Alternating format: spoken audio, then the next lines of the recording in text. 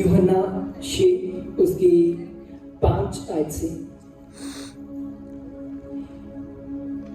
यूहन्ना 6 उसकी 5 आयत, जॉन 6 उसकी 5 वर्स।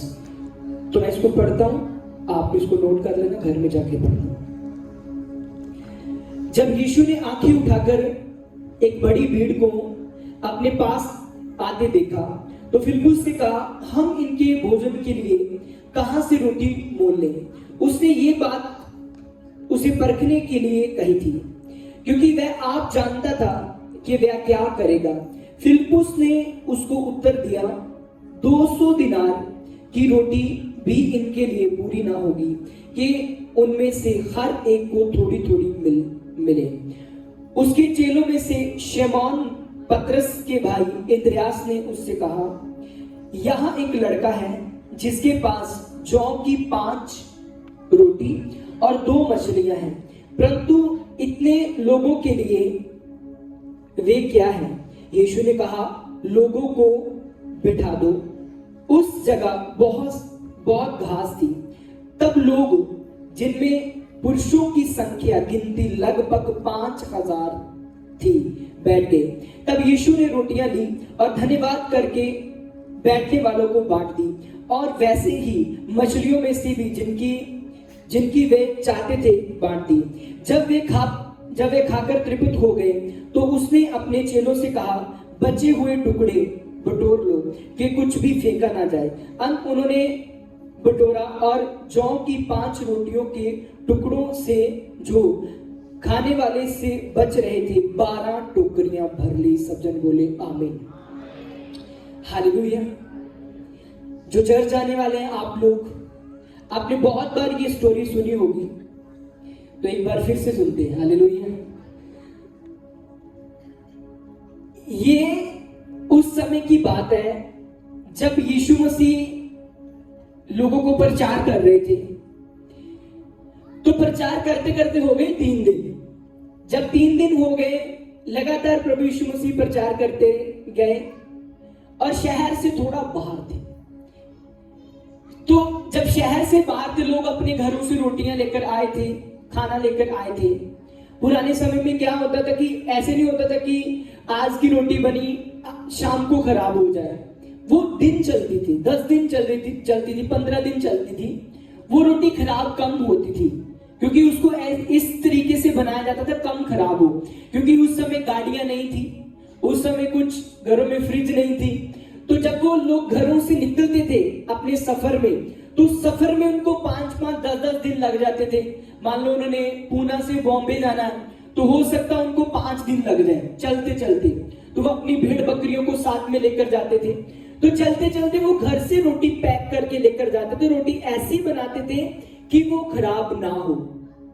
तो वो लोग जो रोटी लेकर आए थे अपने साथ, जब 3 दिन यीशु मसीह के पास रहे, प्रचार सुनते रहे, प्रभु यीशु मसीह के मैसेज को लेते रहे, चंगियाई को लेते रहे, एक दिन उनके पास रोटी खत्म हो गई, ऑलमोस्ट खत्म हो चुकी रोटी, और प्रभु को पता था कि इनके पास अब खाना नहीं बचा। तो परमेश्वर आत्मा में सब कुछ जानते थे। परमेश्वर ने अपने एक चेले को कहा, जिसका नाम था फिलिप्पुस। उसको कहा, फिलिप्पुस, मुझे इन लोगों को देखकर ना बहुत दुख हो रहा है, क्योंकि इनके पास खाने को कुछ नहीं है। तुम ऐसा करो कि इनके लिए खाने का कुछ अरेंजमेंट करो। फिलिप्पुस कहता, प्रभु जी कैसी बातें करते हो, इतनी बड़ी भीड़ और कहां से मैं खाने का अरेंजमेंट करूं? अगर मैं इतने पैसे खर्चूं भी तो भी मैं इनको ना खिला पाऊं। ठीक है, प्रभु ने कहा नहीं, तुम लोग ही कहां से भी अरेंजमेंट करो। अब वो परेशान हो रहे कि प्रभु हमें बोल रहा है अरेंजमेंट करने के रोटी का, हम कहां से करें, कहां से लेकर आए? शहर भी दूर है। क्योंकि प्रभु जानता था कि मैं क्या करने वाला हूं। प्रभु ने कहा, चलो देखो, इनमें से किसी के पास जो भी कुछ है वो मेरे पास ले आओ। तब पतरस का भाई इंद्रियास आता है। इंद्रियास आके कहता है, प्रभु यहां पर एक लड़का है जिसके पास 5 रोटी है जौ की और 2 मछलियां हैं। 5 रोटी और 2 मछलियां उसके पास, और वो लड़का देने के लिए रेडी हो गया। क्या मैं लेकर आऊं? प्रभु ने कहा, लेकर आ। एक बात यहां पर जो लिखा ना 5,000 की भीड़, वो 5,000 की भीड़ नहीं थी, वो 5,000 से ज्यादा लोग थे। 5,000 पुरुषों की गिनती थी, 5,000 सिर्फ आदमियों की गिनती थी। अब 5,000 आदमी है तो 5,000 उनकी किसी की बहन होगी, साथ में किसी की माँ होगी, किसी की वाइफ होगी, किसी की बेटी होगी, लगभग 5,000 औरतें भी थी। गिनती यहां बंदों की लिखी है, लगभग 5,000 औरतें भी थी, 10,000 हो गया। और साथ में फिर बच्चे भी आए होंगे। जब आप मीटिंग में आते हैं, आपके बच्चे आते हैं ना साथ में, तो उस समय भी बच्चे साथ में जाते थे। चलो आप कुल मिला के लगा लो कि 3,000 बच्चे होंगे। बंदों की गिनती सिर्फ 5,000 लिखी है, औरतें भी थी, बच्चे भी थे। लगभग वहां पर 13,000 के आसपास की भीड़ थी। वो इसीलिए डरे हुए थे, फिलिप्पुस, पतरस, सारे चेले डरे हुए थे कि 13,000 लोगों को हम कहां से खाना खिलाएं। लेकिन प्रभु जानते थे कि मैं क्या करने वाला हूं। हालेलुया। प्रभु ने कहा जाओ, इनके पास जाओ और कुछ लेकर आओ। जब वो गए, लोगों को पूछना शुरू किया। अब एक जवान को पूछा, वो कहता कि नहीं मेरे पास कुछ नहीं है। एक मैरिड को पूछा जिसकी नई नई शादी हुई थी, वो भी कहता मेरे पास नहीं है। एक उसको पूछा जो अपनी फैमिली के साथ आया था, वो भी कहता मेरे पास कुछ नहीं है। लेकिन एक छोटा बच्चा था, 14 से 15 से 17 साल, इससे बड़ा नहीं होगा, उसको बच्चा लिखा बाइबल में, तो इससे बड़ा नहीं होगा और ज्यादा भी छोटा नहीं था, वो समझ भी रखता था। हर एक ने मना कर दिया था। प्रभु ने ये नहीं बोला था कि उस बच्चे से लेकर आओ रोटी, प्रभु ने बोला था जाओ किसी से लेकर आओ। जब प्रभु गए, प्रभु के चेले उनके पास गए, सब मना कर रहे थे, लेकिन एक बच्चा, उसे मना नहीं किया, उसने हाँ की। ठीक है, कहता ले जाओ रोटियां, ले जाओ मछलियां, ले जाओ, प्रभु को जरूरत है, ले जाओ।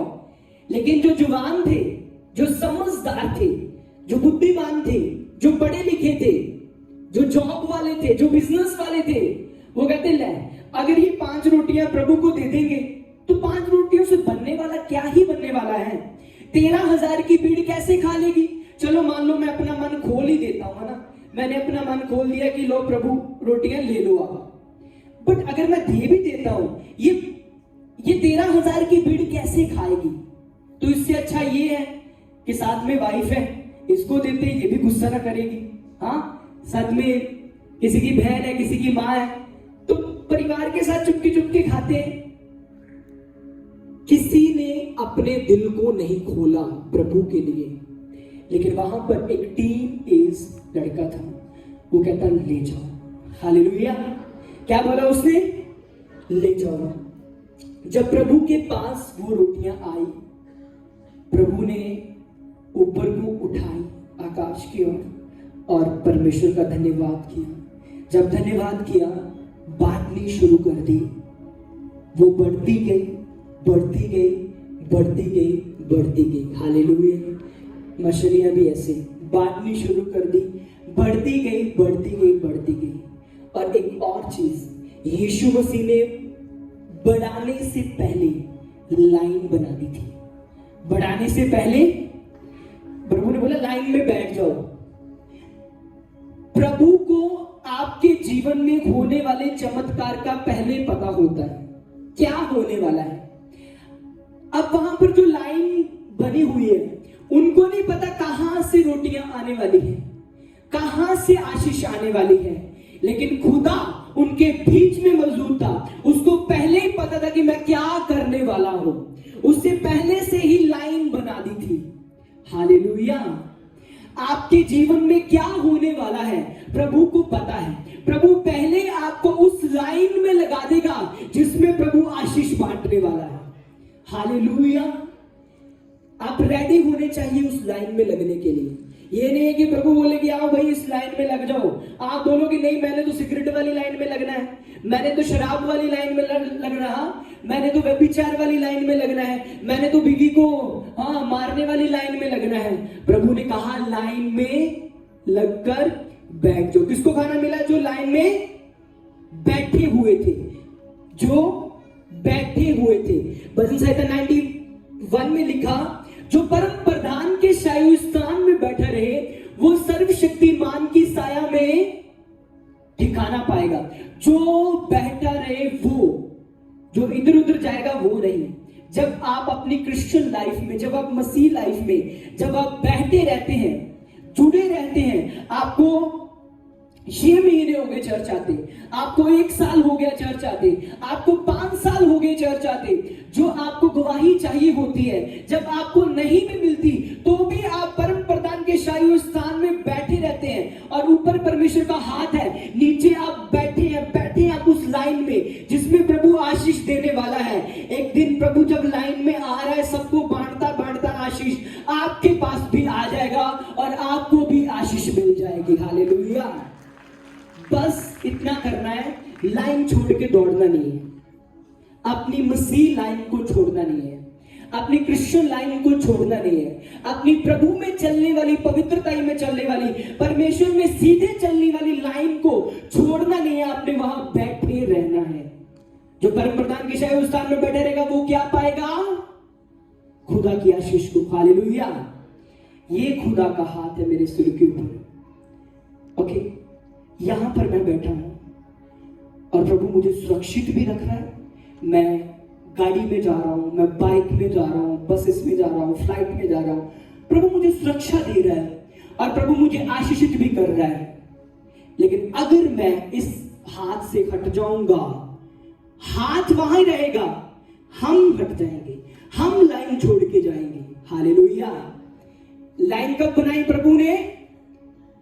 आशीष आने से पहले।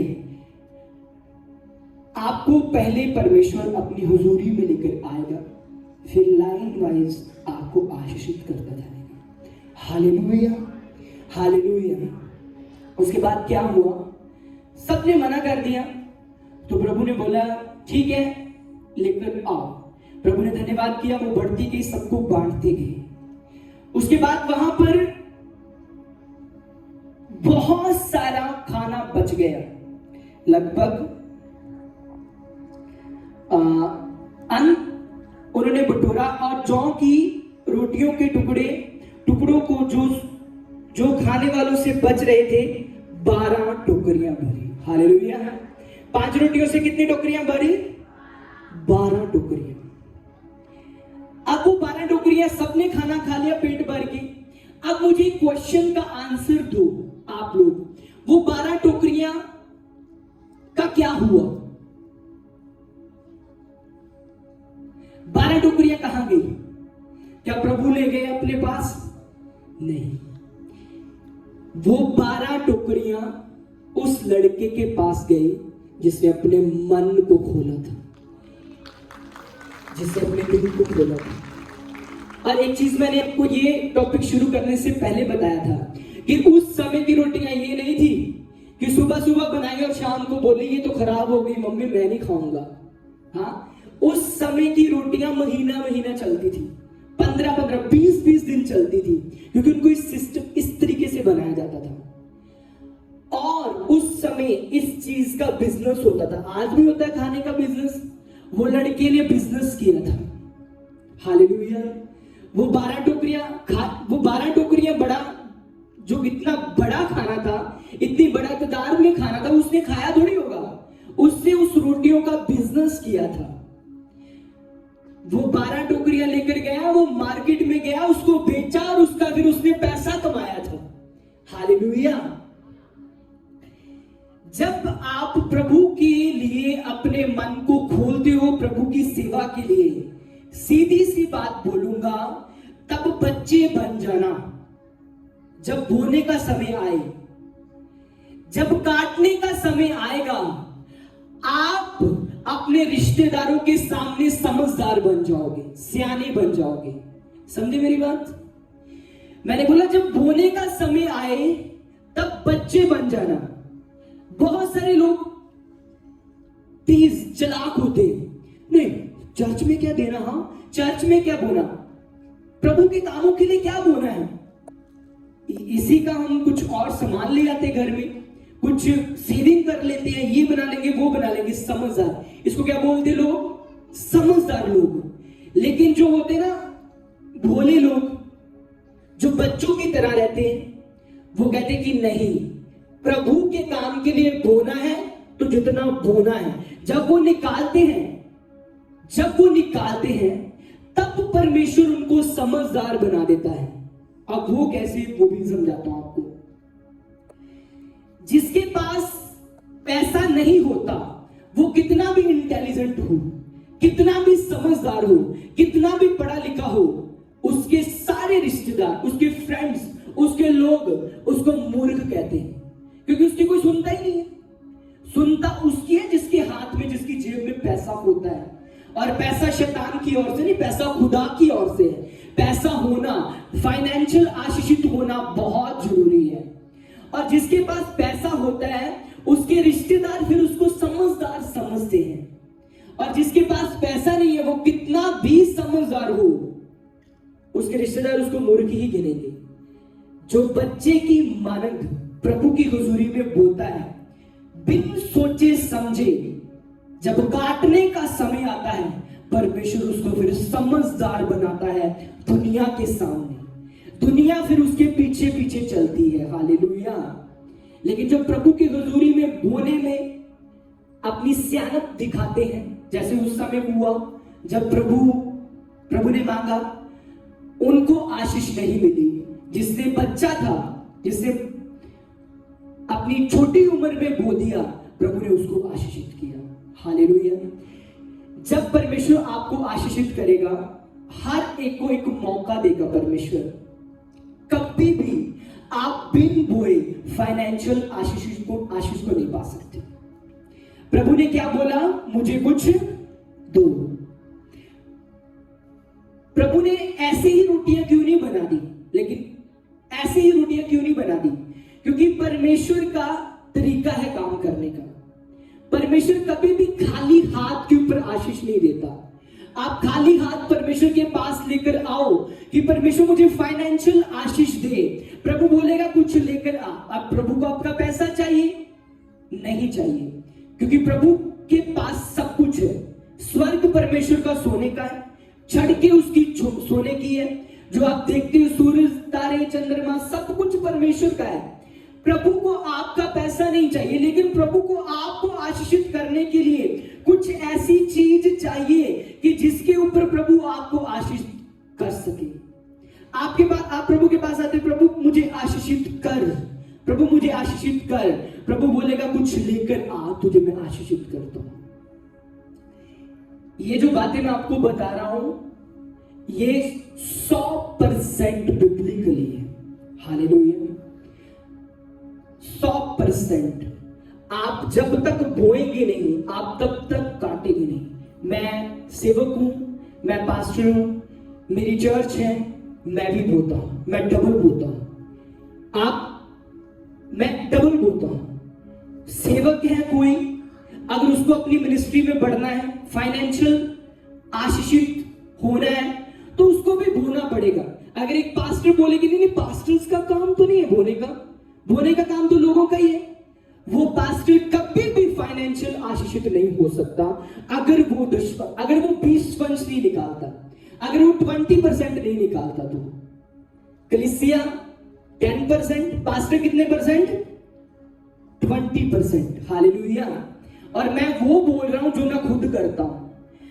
मेरी लाइफ में मैंने अपने जीवन में अपने आप को फाइनेंशियल बढ़ते हुए देखा है। एक वो समय था जब मैं कुछ 100 रुपए, जब मैं 20 साल का, 18 साल का था, तब भी जब मैं काम करता, कुछ 100 रुपए मेरी होता था टाइट। आज भी वो समय है कि जब खुदा ने मुझे फाइनेंशियली आशीषित किया है, आज वो बढ़ के हजारों में हो चुका है। हालेलुया।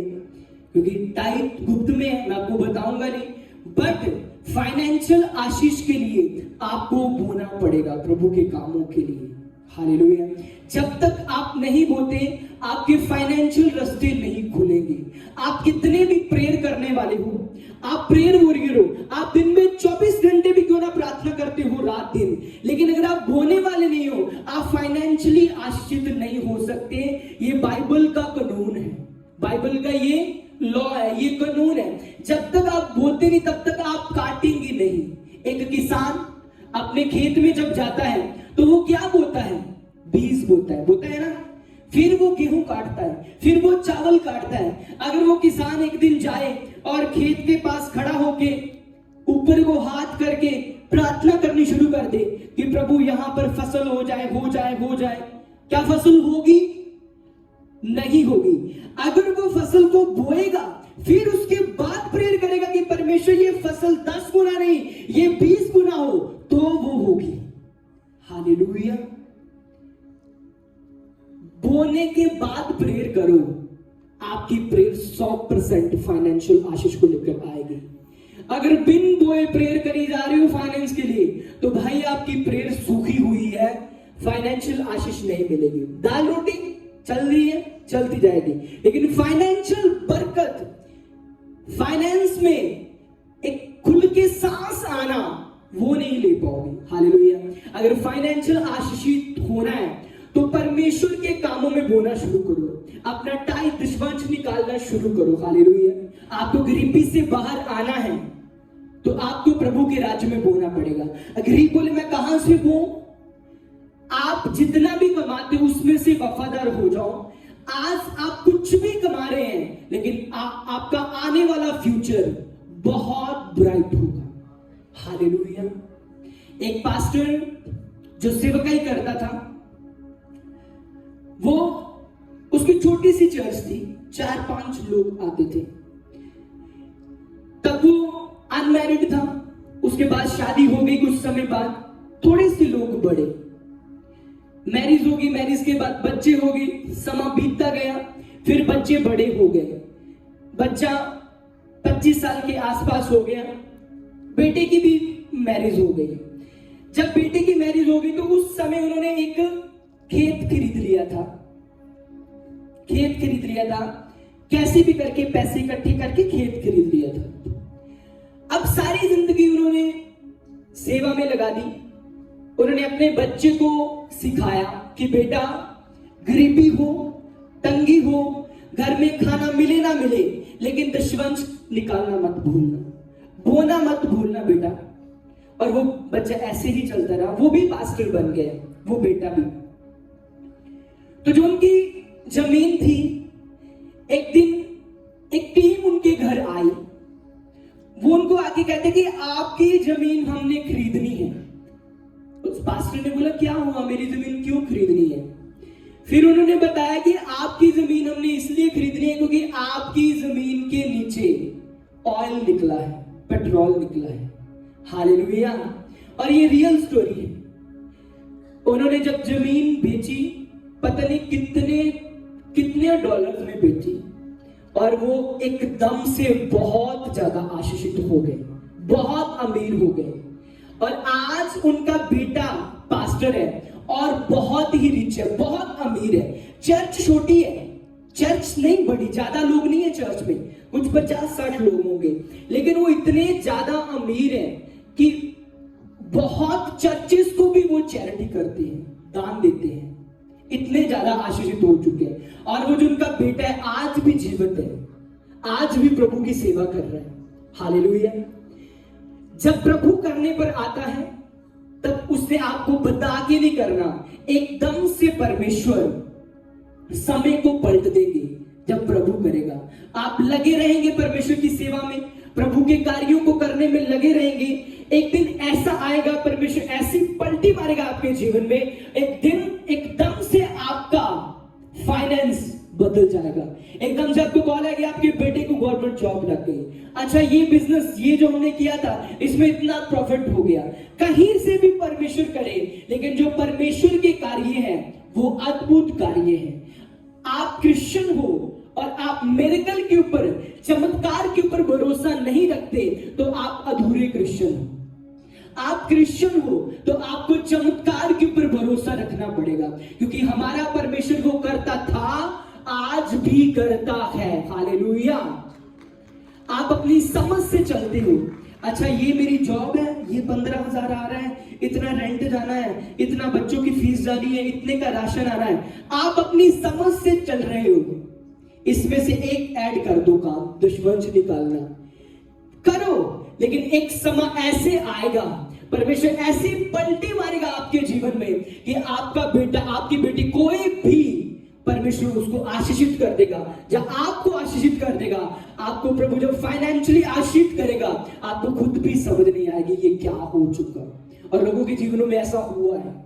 Hallelujah, hallelujah.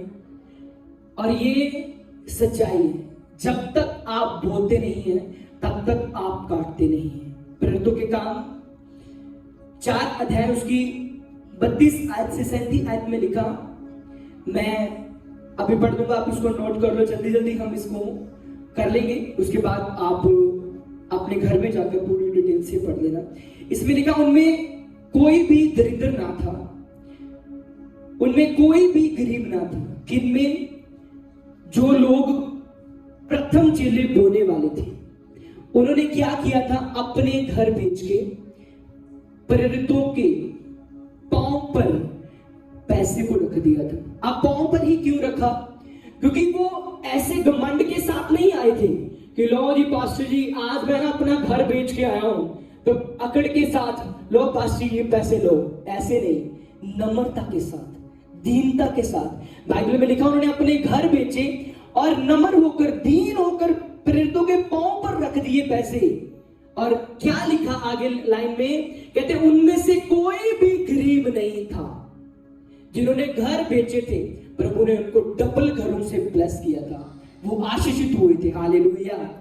ऐसा हो ही नहीं सकता कि आप प्रभु के राज्य में बोए और प्रभु आपको आशीषित ना करे, प्रभु आपको ब्लेस ना करे। आपकी बहुत सारी प्रॉब्लम परमेश्वर की सेवा करने से हल हो जाती है।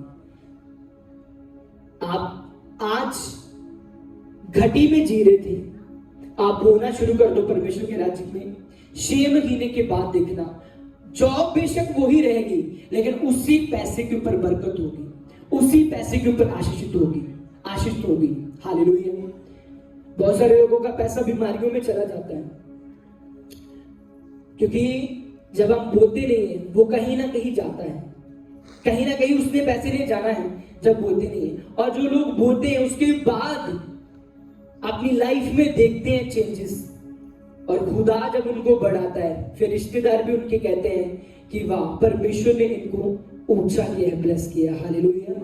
कितने जन रेडी है इस वचन को मानने के लिए? अपने हाथों को उठाएं।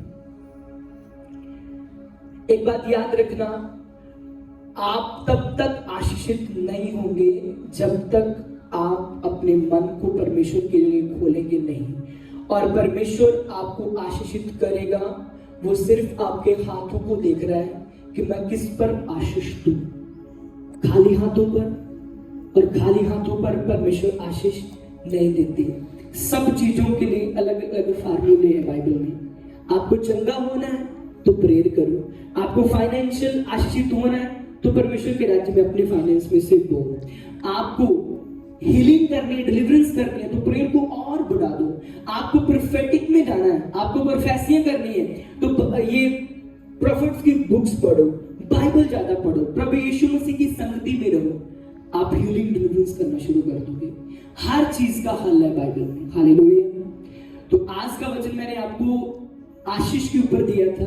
आप मेरे पास जब आओ और मुझे आके बोलोगे पास्टर जी जॉब नहीं है, पास्टर जी जॉब है और छोटी है, थोड़े पैसे है, तो मैं आपको सीधा एक ही चीज बोलूंगा कि प्रभु के राज्य में बोलो, प्रभु आपको आशीषित करेगा। और अगर उसके बाद भी आप आशीषित नहीं हो रहे, ऐसा हो ही नहीं सकता कि प्रभु आपको ब्लेस ना करे। उसे कहा, मैं आकाश के झरोखों को खोलकर अपरंपार आशीषों की वर्षा करूंगा। उसे कहा, मैं खोल दूंगा आकाश के झरोखों को आपके लिए, और इतनी आशीष आएगी कि आपको खुद उसको संभालना आपके लिए मुश्किल हो जाएगा। हालेलुया। पानी वाला डैम किस किसने देखा है कि जहां से पानी बिजली बनती है? देखा आप लोगों ने? वो जो डैम होता है ना, उसके पीछे बहुत पानी होता है, पानी से सारा भरा होता है। यहां पर डैम है और डैम वो बिजली बना रहा है, लाइट बना रहा है जो घरों तक पहुंचती है। आगे जो नदी वो सारी सूखी हुई है, आगे वाला पार्ट सूखा हुआ है। लेकिन जो पीछे है वो ऊपर तक भरा हुआ है। प्रभु ने कहा जब तू मेरे राज्य में बोएगा तब मैं आकाश के झरोखों को खोलकर अपरंपार आशीषों की वर्षा करूंगा। यानी कि वो जो गेट्स हैं, डैम के गेट होते हैं, गेट लगे होते हैं। जब हमारे उधर हिमाचल की तरफ डैम बने हैं, जब हिमाचल में बहुत बारिश आ जाती है तो वो डैम को खोलना पड़ता है, उन गेटों को खोलना पड़ता है। अगर नहीं खोलेंगे तो वो ज्यादा पानी से अगर सारे गेट टूट गए तो सारा पंजाब डूब सकता है, आगे पाकिस्तान भी डूब सकता है, राजस्थान हरियाणा डूब सकता है, क्योंकि हिमाचल ऊंचा है। तो इसलिए वो एक एक करके गेट्स को खोलना पड़ता है, फिर बाढ़ आती है गेट खोलने से। इसी प्रकार से प्रभु ने कहा जब तू मेरे राज्य के लिए बोएगा तो मैं आकाश के झरोखों को खोल दूंगा तेरे लिए, और जो आगे सूखी जगह, तेरा सूखा जीवन है वो सूखा नहीं रहेगा, वो हरा भरा हो जाएगा। हालेलुया। जब पानी आएगा तो खेत क्या होंगे? हरे भरे। आपके सूखे जीवन, जब इसके ऊपर आशीष आएगी तब आपके सूखे जीवन सूखे नहीं रहेंगे, वो हरे भरे हो जाएंगे। और उन गेट्स को खोलने के लिए आपका बोना कार्य करेगा। हालेलुया। अपनी जगहों पर खड़े हो जाएं, अपने हाथों को उठाएं और करें प्रार्थना। परमेश्वर, मैं अपने मन को आपके लिए खोलता हूं, आपके राज्य के लिए, आपके कामों के लिए। परमेश्वर खुदावंद, तेरे वचन में लिखा है कि मैं आकाश के झरोखों को खोलकर अपरंपार आशीषों की वर्षा करूंगा।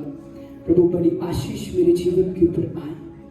अपने हाथों को उठाकर करें प्रार्थना। यूसुफ गिल मिनिस्ट्री से जुड़ने के लिए आपका धन्यवाद।